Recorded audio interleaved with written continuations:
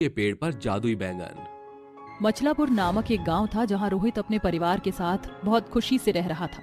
उसके परिवार में उसकी मां प्रभा, बहन सौम्या और बड़ा भाई राकेश और भाभी नीता थी। रोहित पेशे से किसानी करता था। वह कम पढ़ा लिखा भी था, पर उसका भाई राकेश, उसने शहर जाकर पढ़ाई की थी। इसी बात का उसे घमंड था। वह घमंड उसकी पत्नी में भी था। रोहित अपने खेत में हल चलाकर तपती गर्मी में घर आया ही था कि रोटी बनाते हुए भाभी से कहता है, भाभी, मैं घर आ गया। आज बहुत गर्मी थी, थोड़ा सा पानी दे दीजिए। और खाने में क्या बनाया है? देवर जी, मैं आपकी नौकरानी नहीं हूँ, तो पानी आप खुद पी लीजिए। और खाना मैंने आपके लिए बनाया नहीं है। मैंने सिर्फ राकेश जी और माँ जी का ही खाना बनाया है। बाकी आप अपनी बहन का भी खुद बना लेना, मुझे और भी काम है। जब देखो भाभी भाभी करके नौकर बनाने का काम करवाता है। जी भाभी। थका हारा खेत से घर आकर रोहित पानी पीकर खुद चूल्हे पर टेढ़ी मेढ़ी रोटी बनाता है तो उसकी बहन कहती है, अरे भैया, आप ये क्या कर रहे हो? मैं बना देती हूँ खाना, आप वैसे भी थक चुके हो। वैसे भैया, भाभी इतनी बेरुखी क्यों करती हैं हमसे? घर के काम में भी हाथ भी नहीं बटाती, सिर्फ अपना काम करती हैं। कोई बात नहीं सौम्या, हम छोटे हैं। तभी सौम्या रोटी बनाकर अपने भाई को खिला देती है, जहाँ भाई भी उसे अपने हाथ से खाना खिलाता है। और घर की बड़ी बहू घमंडी होने के कारण आलसी भी थी। उसे किसी के जज्बातों से कोई मतलब नहीं था, सिर्फ अपने पति से मतलब रखती थी। कभी कभी तो सौम्या रोहित को वो यूं ही सुना दिया करती थी। साथ ही घर में पैसों की बहुत कमी थी, जहाँ बड़ा बेटा अच्छा पैसा कमाता था और किसी को भी नहीं देता था, पर छोटा बेटा अपने खेत में जो भी उगाता उसे बेचकर अपनी माँ बहन का खर्चा चलाता था। पर एक दिन उसके खेत की सब्जी के पेड़ पौधे सब खराब हो गए, यहाँ तक कि पसंदीदा बैगन भी। ये देखकर रोहित अपनी माँ की गोद में सर रखकर कहता है, माँ, मैंने इतनी मेहनत करी थी, इसके बावजूद मेरे खेत में सारी फसल बर्बाद हो गई। अब मेरे पास पैसे भी नहीं है, क्या होगा? चिंता मत कर बेटा, तेरा बड़े भाई पैसे वाला है, उससे पैसे मांग ले और खेत में दोबारा खेती कर। क्या पता कुछ अच्छा हो जाए। मुझे नहीं लगता कि बड़े भैया पैसे देंगे, पर एक बार कहकर जरूर देखूंगा। आखिर सौम्या की शादी का खर्चा भी तो मेरे कंधों पर है, क्योंकि भाई ने पहले ही इनकार कर दिया। ये बोलकर रोहित अपने बड़े भाई राकेश के पास जाकर पैसे मांगता है। तभी वह तेवर दिखाकर कहता है, क्या बोला तुमने? मैं तुम्हें तुम्हारे खेत में उन पेड़ पौधों के लिए पैसे दूं? बिल्कुल नहीं। देखा, अगर आज तुम मेरी तरह पढ़ लेता तो गवार नहीं होता। खैर, मैं किसी को एक फूटी कौड़ी नहीं दूंगा, और मैं यहाँ रहूंगा भी नहीं अब तुम जैसे गंवार लोगों के साथ। मैं और मेरी पत्नी शहर में रहकर शहर के तौर तरीके से जिएंगे। भैया, आप जा रहे हैं? आप जानते हैं माँ की तबीयत बिगड़ी हुई है, फिर भी। मुझे कुछ नहीं पता, सब तुम ही करो, मैं तो चला। अगले 2 दिन में ही राकेश अपना सामान बांधकर पत्नी के साथ शहर की ओर रवाना हो जाता है। वहीं दूसरी ओर घर के खर्चे, माँ की दवाई, बहन की शादी को लेकर रोहित के मन में बहुत कुछ चल रहा था, क्योंकि कमाई का जरिया ठप हो गया था। वह दूसरी जगह काम भी करता है तो लोगों से काफी कुछ उल्टा सीधा सुनने को मिलता है। अपनी माँ बहन के पेट को पालने के लिए वह लोगों की सुनता है, फिर एक बार काम से निकाल दिया जाता है। ऐसे में परेशान होकर वह अपने उजड़े हुए खेत में जाता है, जहाँ उसके सारे पेड़ पौधे तहस नहस हो रखे थे। हे भगवान, आपने मेरे साथ ऐसा क्यों किया? इतनी परिश्रम के बाद भी मुझे सफलता नहीं मिली, न मेरी नौकरी रही। अब मैं अपने परिवार का ख्याल कैसे रखूंगा? उसके रोते हुए आंसू जमीन पर पड़ रहे थे। तभी जमीन से 2 जड़ निकलती हैं। एक बड़े से पेड़ का रूप ले लेती हैं, जो कि बैंगन का पेड़ होता है। दूसरी जड़ रोहित के पैर को पकड़ लेती है। तभी रोहित का ध्यान जाता है, ये क्या? मेरे पैर में ये जड़ कैसे बंध गई? अरे अरे अरे, इसकी जड़ तो कहीं जा रही है, जरा देखता हूँ मैं। अपने पैरों में से वो जैसे जैसे जड़ निकालता है और धीरे धीरे उस जड़ की पहुंच तक पहुंचता है, तो सामने देखता है कि उसके खेत में एक बड़े से बैंगन का पेड़ है, जिसे देखकर वो कहता है, अरे, मेरे खेत में सब कुछ उजड़ गया था, ये इतना बड़ा पेड़ कैसे आया? और इस पर तो बहुत सारे बैंगन भी हैं। रोहित चमचमाते बैंगन को देखकर 2 बैंगन तोड़ता है, जिसके तोड़ते ही वहाँ 2 नए बैंगन आ जाते हैं और अचंभित होकर कहता है, अरे बाप रे बाप, ये क्या, बैंगन तोड़ने के बाद दोबारा बैंगन आ गए? कहीं ये जादुई बैंगन का पेड़ तो नहीं है? तभी जादुई बैंगन पेड़ खुशी से झूम कर कहता है, तुमने बिल्कुल ठीक पहचाना, मैं एक जादुई बैंगन का पेड़ हूँ। तुम इतने हताश परेशान थे कि तुम्हारे आंसुओं से मैं पिघल गया और मेरी जड़ जमीन से निकलकर एक बड़े जादुई बैंगन के पेड़ में तब्दील हो गई। अब तुम जितने मर्जी चाहो इस बैंगन को तोड़ सकते हो, ये कभी खत्म नहीं होंगे, न खराब होंगे। इन्हें बेचकर तुम अपने घर की सारी स्थिति ठीक कर सकते हो। अरे सच में? मुझे तो यकीन ही नहीं हो रहा। मेरी मदद करने के लिए बहुत बहुत शुक्रिया। फिर रोहित जादुई बैंगन को तोड़कर अपने गमछे में रखता है। तभी पेड़ पर और बैंगन आ जाते हैं। जादुई बैंगन पेड़ का शुक्रिया अदा करके वो घर पर बैंगन ले जाता है। ये देखकर माँ और बहन कहती हैं, भैया इतने सारे बैंगन कहाँ से लाए? तुम पर तो पैसे नहीं थे। हाँ बेटा, बताना, अभी तक तो तेरे हाथ खाली थे, अचानक कैसे भर गए? माँ ये समझ लो भगवान ने हमारी सुन ली। मेरे खेत में जादुई बैंगन का पेड़ उगा है, जिससे अब हम अच्छी जिंदगी काटेंगे। सौम्या, तुम बैंगन का भरता और बैंगन के पकौड़े चाय के साथ बना दो। उसके बाद मैं मंडी में बैंगन का इतना सस्ता दूंगा कि पूरे बाजार में कोई बेच नहीं रहा होगा। इससे सभी लोग मेरे बैंगन खरीदेंगे। अरे वाह बेटा, ये तो बहुत अच्छी तरकीब है। कुछ ही देर बाद तीनों मिलकर बैंगन के पकौड़े का नाश्ता करते हैं। उसके बाद रोहित मंडी में ढेर सारे बैंगन लेकर बेचने के लिए निकल जाता है। बैंगन ले लो, बैंगन 10 रुपए किलो, सस्ते ताजा ताजा बैंगन ले लो। बड़े बैंगन, छोटे बैंगन, बनाओ इसका भरता, पकौड़ा, सब्जी, अचार। बैंगन बैंगन। अरे आप तो बहुत सस्ते बैंगन दे रहे हो, जरा 1 किलो दे दीजिए। क्या इतने सस्ते बैंगन? मुझे तो 2 किलो दे दीजिए भाई साहब। ये लीजिए आपके बैंगन। कुछ ही देर में एक एक करके रोहित के सारे बैंगन खत्म हो जाते हैं। वह दोबारा से जादुई पेड़ से बैंगन तोड़ कर लाता है और मंडी में बेचता है। सस्ते के कारण फिर से बैंगन खत्म करके वह अपने घर लौट आता है, जहां उसकी पहली कमाई बहुत ज्यादा होती है।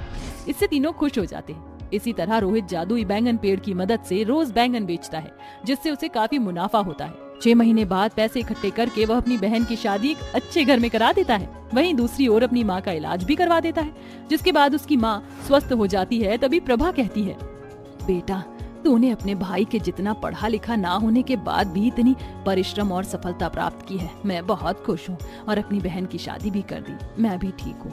तू अपने ऊपर भी ध्यान दे, मैं भी अपनी बहू पर हुक्म चलाऊं।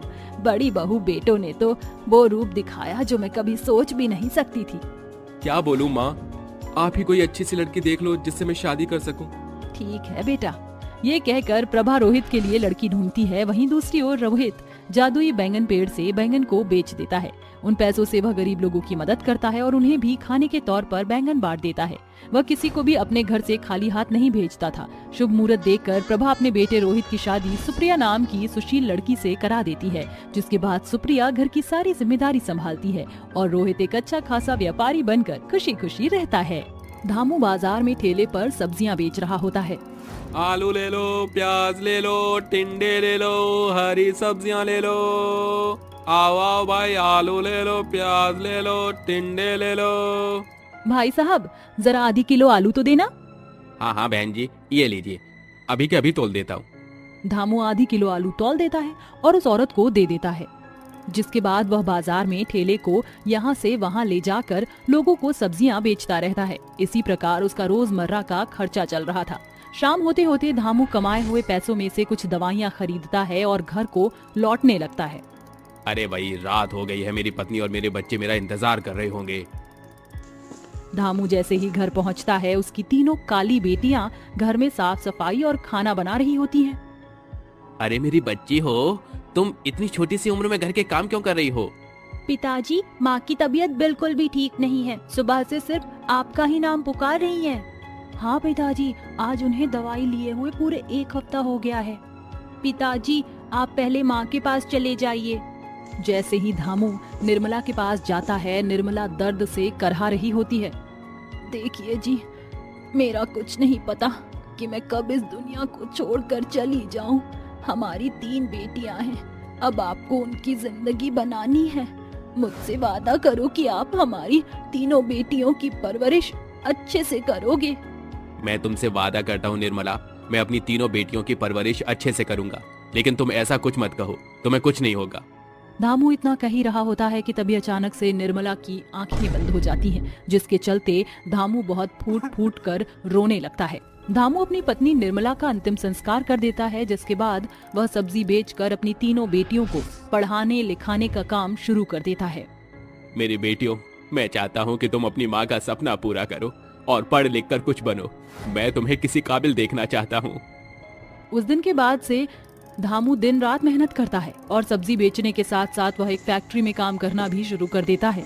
देखते ही देखते कुछ समय बीतने लगता है, जिसके चलते उसकी बेटियां शादी के लायक बड़ी हो जाती हैं। एक दिन धामू फैक्ट्री में काम कर रहा होता है। जिस मशीन में धामू काम कर रहा था, अचानक से वह मशीन खराब हो जाती है और धामू के दोनों हाथ उस मशीन के अंदर आ जाते हैं, जिसके चलते वह बेचारा अपाहिज हो जाता है। पिताजी, पिताजी ये क्या हो गया आपके हाथों को? पिताजी ये सब कैसे हुआ और किसने किया? बेटी, इसमें किसी की कोई गलती नहीं है। मेरी ही गलती की वजह से मेरे दोनों हाथ मशीन में चले गए और मैं अपाहिज हो गया। नहीं पिताजी, ऐसा मत कहिए। आपके दोनों हाथ अभी सही सलामत है। हम तीनों बेटियां आपके दायां और बायां हाथ हैं। बेटियों, मैं तुम्हें पढ़ा लिखा तो नहीं पाया, लेकिन तुम्हारी शादियों के लिए मैंने कुछ पैसा जोड़ा है। तुम शादी करके अपना घर बसा लो। आपको इस हालत में कैसे छोड़ सकते हैं पिताजी? अरे बिटिया, बेटी तो पराया धन होती है। एक ना एक दिन तो उन्हें जाना ही होता है। तू क्यों चिंता करती है मेरी बच्ची? धामू की तीनों बेटियां उसकी बातें सुनकर रोने लगती हैं, जिसके बाद बेचारा अपाहिज धामू अपनी तीनों बेटियों के लिए रिश्ते ढूंढना शुरू कर देता है। लेकिन कई कोशिशों के बाद भी उसे अपनी बेटियों के लिए कोई अच्छा रिश्ता नहीं मिल पाता, क्योंकि उसकी बेटियों का रंग सांवला था। अरे भाई साहब, क्या बताएं तुम्हें, आजकल कोई भी काली या सांवली लड़कियों से शादी नहीं करना चाहता। सबको तो अपने घर में गोरी बहू चाहिए। जैसे पंडित जी, मैं अपनी तीनों बेटियों की शादी अच्छे घर में करना चाहता हूँ। उसके चलते मुझे जितना दहेज देना होगा मैं वो भी दे दूंगा। अच्छा, ऐसी बात है? तो फिर ये देखो, ये 3 लड़के तीनों भाई हैं और अच्छे घर से हैं। तीनों खुद की कंपनी चला रहे हैं। धामू को वह तीनों लड़के पसंद आ जाते हैं। पंडित जी, मुझे रिश्ता मंजूर है। जितनी जल्दी हो सके इन लड़कों से मेरी तीनों बेटियों की शादी की बातचीत आगे बढ़ाओ। लेकिन याद रहे, दहेज में पूरा 5 तोला सोना और घर का सारा सामान और तीनों दामादों को गाड़ियां देनी होगी। धामू दहेज के लिए तैयार हो जाता है, जिसके बाद वह उन तीनों लड़कों से अपनी तीनों बेटियों की शादी कर देता है। शादी के बाद जब वह तीनों अपने ससुराल में आती हैं, तो घर पर आए हुए मेहमान उन्हें देखकर कहते हैं, अरे जरा देखो तो सही, विमला की बहू कितने सांवले रंगत और काले चेहरे वाली है। हाँ बहन, तुम सही कहती हो। ऊंची दुकान, बेके पकवान, जितने ये अमीर हैं उतनी ही इनकी बहू काली है। तभी वहाँ विमला आ जाती है। मैं बहुत देर से सोच रही थी कि पूरी पार्टी में ऐसे लोग कहाँ चले गए जो अपने मनोरंजन के लिए लोगों का मजाक उड़ाते हैं। देखा, मैंने तुम्हें ढूंढ लिया। तो मेरी बहुओं का मजाक उड़ाकर तुम्हें कैसा लगा? हमने तो वही कहा जो सच है। अच्छा, ऐसी बात है तो फिर तुम काली क्यों हो? अरे काला होना कोई पाप नहीं है। ये तो ऊपर वाले ने ही 2 रंग बनाए हैं और मुझे तो मेरी बहू बहुत सुंदर लगती है। विमला की बात के आगे कोई कुछ नहीं कह पाता। वहीं विमला की तीनों बहू ये सब सुनकर बहुत खुश होती हैं। लेकिन शादी के बाद सभी फंक्शन के बाद विमला अपनी बहुओं से कहती है, देखो, इस घर के कुछ कायदे और कानून हैं। हमारे घर की बहू बाहर नहीं जाती। जो चाहिए उसे इस घर में ही मिल जाएगा। बाकी के नियम धीरे धीरे सीख जाओगी। ये कहकर वो वहाँ से चली जाती है। अरे, मुझे तो लगा था कि हमारी सास बहुत अच्छी हैं, लेकिन ये तो बहुत सख्त हैं। लेकिन हम तीनों को अपनी माँ का और अपने पिता का सपना भी तो पूरा करना है, और उसके लिए हमें पढ़ाई के साथ साथ बाहर भी जाना होगा। ये सब कैसे होगा? तीनों बहनों को अपनी माँ का सपना पूरा करना था, जिसके चलते वो अपने ही घर में छुप छुप कर पढ़ाई शुरू कर देती हैं। जब रात के समय घर के सभी सदस्य सो जाते हैं, तब तीनों बहनें अपनी किताब निकाल कर पढ़ाई शुरू कर देती हैं। देखते ही देखते वह तीनों बहनें पढ़ाई करके कुछ न कुछ बन जाती हैं। निशा डॉक्टर की पढ़ाई पूरी कर लेती है, आयशा वकील की और राधा कलेक्टर की, जिसके बाद वह तीनों अपने पिता के पास जाती हैं। पिताजी, देखो, मैं वकील बन गई और मैं कलेक्टर बन गई। देखो पिताजी, मैं भी डॉक्टर बन गई। आपका सपना हम तीनों बहनों ने पूरा कर दिया। आज तो सच में तुम तीनों ने मिलकर मेरा नाम रोशन कर दिया। तुम्हारी माँ यह देखकर बहुत खुश हुई होगी। तभी वहाँ अचानक से विमला अपनी कुछ बिगड़ैल सहेलियों को लेकर पहुँच जाती है, जिसे देखकर निशा, आयशा और राधा तीनों बहुत डर जाती हैं। माफ कर दीजिए माँ जी, हम अपने पिताजी का सपना पूरा करना चाहते थे, इसलिए हमने पढ़ाई की। अरे बहू, तुम क्यों माफी मांग रही हो? माफी मांगने के लिए तो मैं इन्हें लेकर आई हूँ। ये वही औरतें हैं जिन्होंने ये कहा था कि मेरी सावली बहू किसी लायक और किसी काबिल नहीं। तो देख लिया तुम सबने कि रंग और रूप कुछ मायने नहीं रखता। असल जिंदगी में इंसान की समझदारी और उसकी अच्छाई ही मायने रखती है। हाँ विमला, तुम सही कहती हो। हमें माफ कर दो। हमें तुम्हारी बहुओं के बारे में ऐसा नहीं कहना चाहिए था। विमला अपनी तीनों बहुओं को गले से लगा लेती है और उन्हें फक्र से अपने घर वापस लेकर जाती है, जिसके बाद वह सभी एक साथ खुशी खुशी रहने लगते हैं।